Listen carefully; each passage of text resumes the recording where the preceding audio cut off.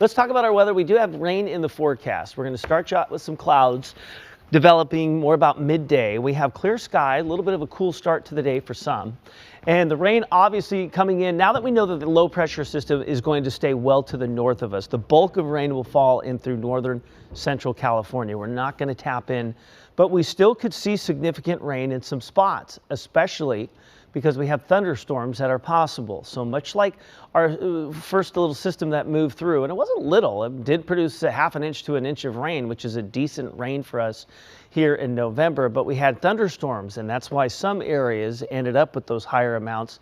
We have thunderstorm possibilities with this system as well. Looks like it's coming in a little later now. Most of your Friday, in fact, early Friday, was sunshine. You might be thinking, whoa, what happened to the rain today? It's coming, it's just a little delayed. And most of it's going to happen overnight, which by all accounts is usually when we want that rain to fall. So the first little short wave has already moved well off towards the east. Here's the area of low pressure. Actually, that's the one that will come through. Now we're jumping ahead to Monday where we have another area of low pressure. The reason why we're showing you that one is we are not going to be affected. We have high pressure moving in. Now we'll talk about today.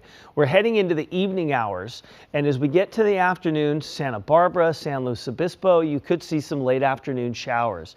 As we get into the latter part of the afternoon, into the evening hours, more towards 10, 11, midnight tonight, that's when we'll really start to see some rain beginning to move through. We could be getting through most of Orange County and the Inland Empire rain-free until really overnight tonight. And then Saturday you could see the surge kind of move in a little bit, but the majority of it now staying to the north.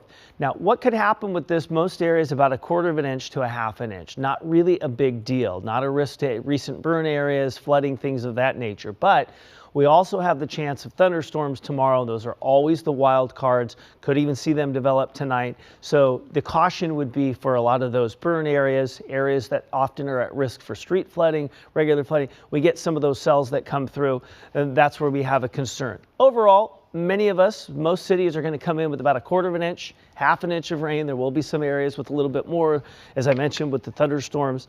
But by and large, we're not really going to see the full extent of a storm that we were talking about really since last week.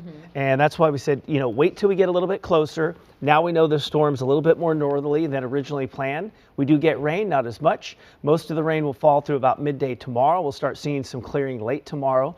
Your Sunday looks pretty good. Next week, a little warm and windy, but Thanksgiving, we're actually going to bring temperatures right back down to the average.